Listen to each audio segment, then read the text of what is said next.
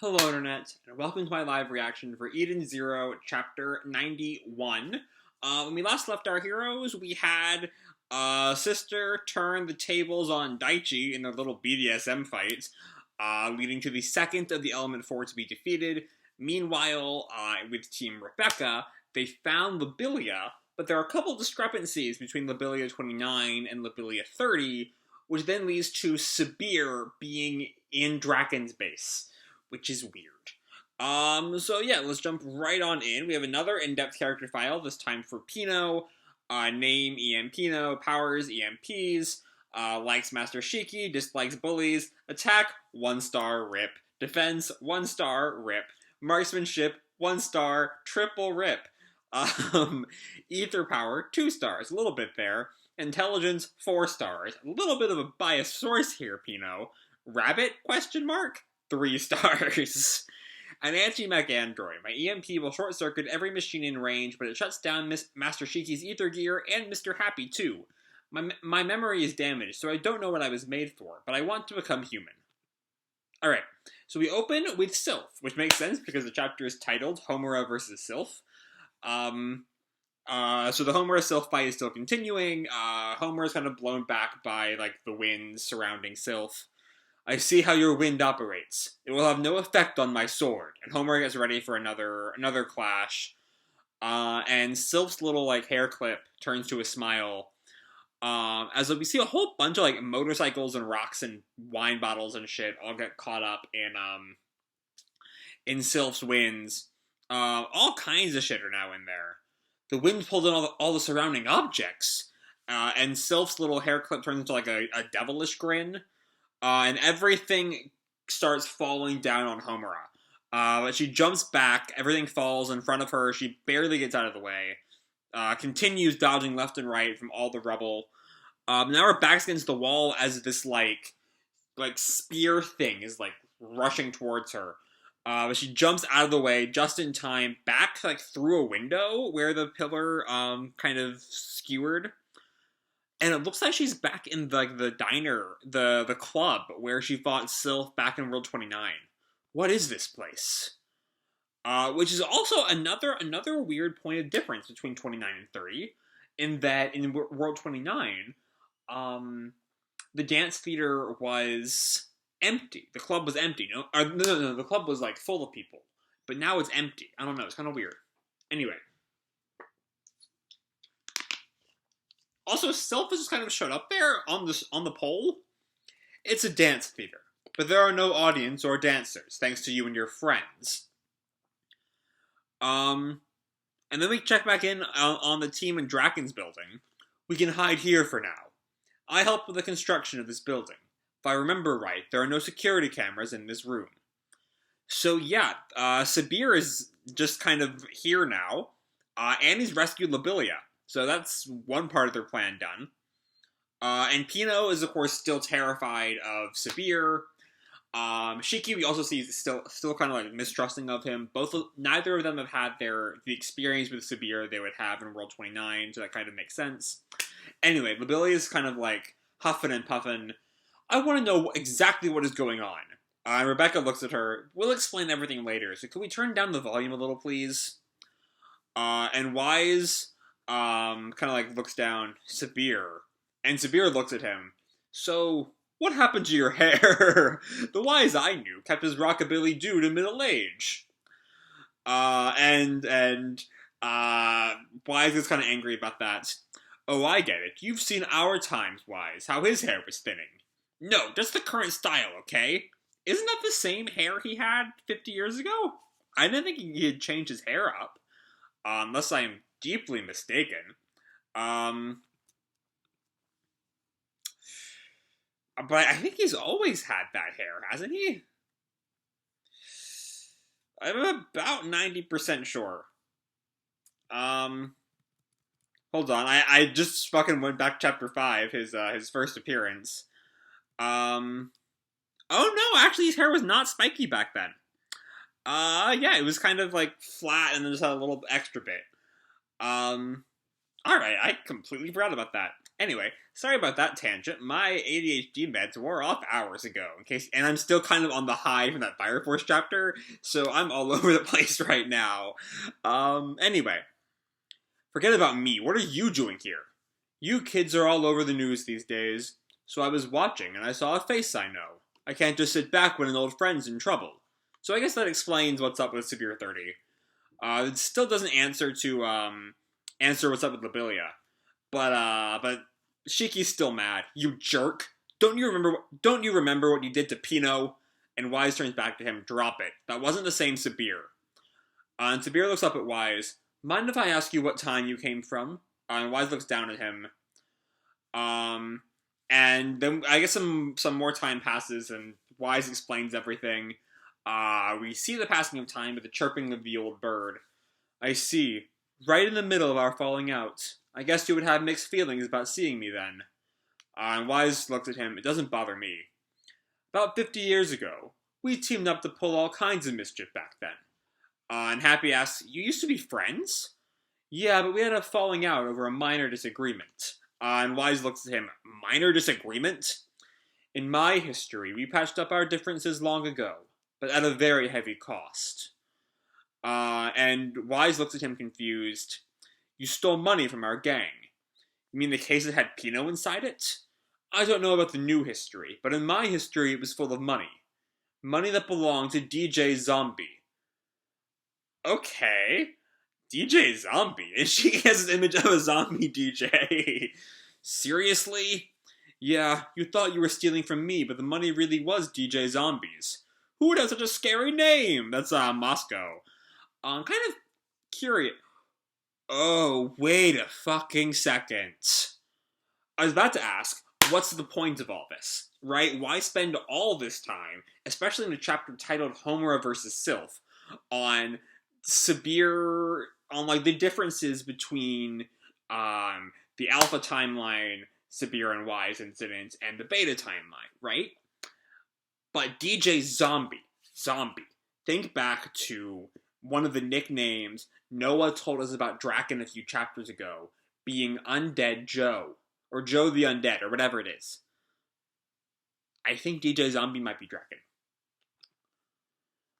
Anyway, Weisz kind of takes in that news about DJ Zombie, a loan shark and a fixer for our gang, and all the other punks in town.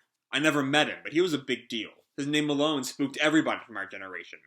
Though I don't know if that would work because Drakken doesn't seem to be, significantly over 50 years old. But he might be, honestly. If he's undying, yeah. So, DJ Zombie found out you'd taken his money, and he had your right arm cut off. And Weisz kind of freaks out about that, understandably. Oh, Rebecca thinks of something that even furthers the Zombie-Drakken connection, in that Drakken would also cut off Weiss's arm. He cuts off Beta Weiss's arm, in the end of Timeline 29. Oh boy. It's an ancient punishment for stealing. You stopped acting out after that. You started going to school. People even started calling you Professor. You and I eventually reconciled, but we drifted apart. I could never quite commit to the straight and narrow, so I ended up here. And Weisz kind of takes that in silently. And Rebecca thinks back to the fact that she's seen Weisz with a prosthetic arm. So the professor got his prosthetic arm because of what DJ Zombie did to him. As for DJ Zombie, he became even more successful as a loan shark on the planet Gilst, which is where we know Drakken was before the chronophage incident. And, thanks to him, the beautiful Taurus planet went to pot. It became the cesspool everyone knows it as today. What? That sounds like a loan shark on Gilst. You don't mean... I do. The name DJ Zombie was our name for Drakken Joe. Holy shit, DJ Drakken Joe! I'm taking in that plot twist, but also he looks so funny. He looks so funny. 50 years ago.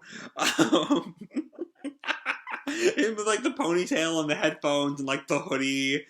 He changed his act to look much more intimidating. On a more serious note,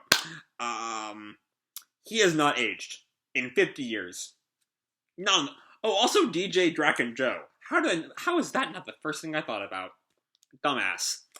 Um, but yeah, Drakken Joe's been around for 50 years. And, Shiki and Weisz both take that in. Wait a minute, he's from 50 years ago? But he doesn't look like. He's looked exactly the same for over 50 years.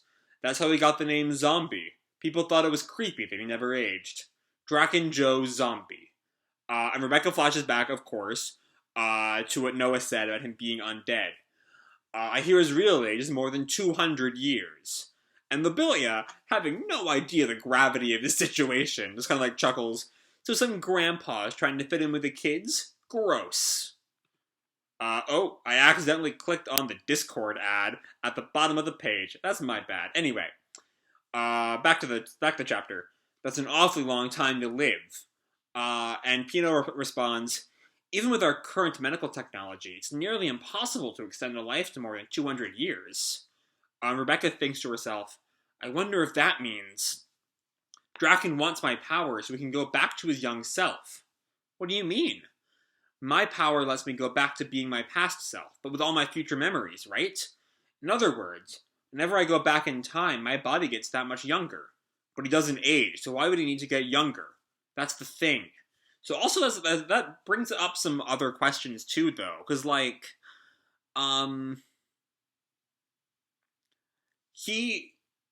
it doesn't make him younger in the present. It would just send him back to the past. Also, this is the first time it's given her future memory, so I think she's wrong here. Anyway, that's the thing. Right now, he's keeping himself alive and unaging, but maybe he won't be able to do that much longer. And now we finally get back to the title fight that we super left for some Drakken reveals. And Sylph is, still on the stripper pole, using her wind magic. And Homura notices something. The wind color has changed. Wind snatch. It takes everything. And she tries to, slice the wind. I will cleave your wind asunder. But part of the ether blade, of course, is sucked up in the wind. Is this the first time Homura 30 has interacted with the wind snatch ability? I think it might be. What? And she jumps back, kind of gets taken up by the wind. I raise my wind's quality level by 1. Okay, what does that mean? Anyway, Homura makes 2 ether blades, and she sticks them together to a dual-wielding Darth Maul thing. She starts to spin it around, and twirls it. Seemingly creating a little, Eye of the Storm kind of thing. Sylph is obviously shocked by that. I shall block your wind by creating my own. Warrior May dual blade imitation attack. Towering crane gust. Her wind is blowing. And we see, Homura standing strong, staring down Sylph. No, it can't. No wind is allowed except for mine and my brother's. If the wind stops, Drakken will absorb me? What? Okay. That's something to take into consideration. Drakken will absorb her? Why? Alright. So, let's first dive into Drakken is 200 years old. Sorry, I accidentally turned to the DJ Zombie page, and it's just such a funny design. It just looks so weird. Why does he have the beard? The beard just clashes with the whole aesthetic. Wow. Just rock it. Rock the look, Drakken. You know what? You fucking go for the look, Drakken. I don't have any words for that. But anyway, it just kind of, all it really does is set up for one thing, the idea that that Drakken's, or that Weisz losing his arm is some, fixed point in the timeline. That no matter what happens to Weisz, he will always lose his arm. That's kind of something we can take from this.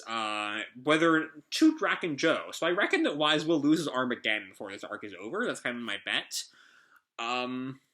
Unless, of course, they don't actually end up beating Drakken this arc, and Drakken have to run away. Like the end of Whole Cake in One Piece, how they can't actually beat Big Mom, so they have to leave. And that's kind of the final climax of the arc.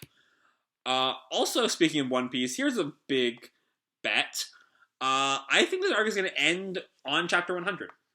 Much like how One Piece marked its opening to a grander world with chapter 100, I think that's just kind of how Eden Zero's Bailey Al Gore arc is going to end. I think there's just enough narrative momentum for nine more chapters.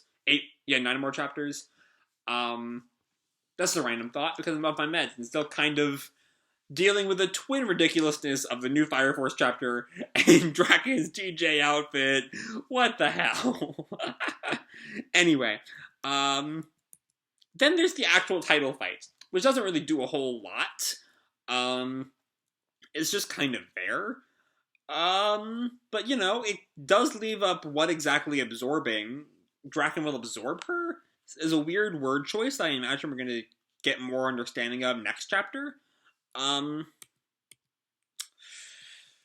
yeah, and then we see Homura's, quick thinking to kind of create her own mini wind that would like block the outside wind, which is pretty smart thinking. And I'm curious how Silva's gonna deal with this fight now next chapter. But yeah, that's kind of all I have to say for this chapter. Hope you all enjoyed the chapter and the video itself. If you did, feel free to tell me a like or subscribe, do whatever makes you happy, And remember, your life is your own, okay? Bye!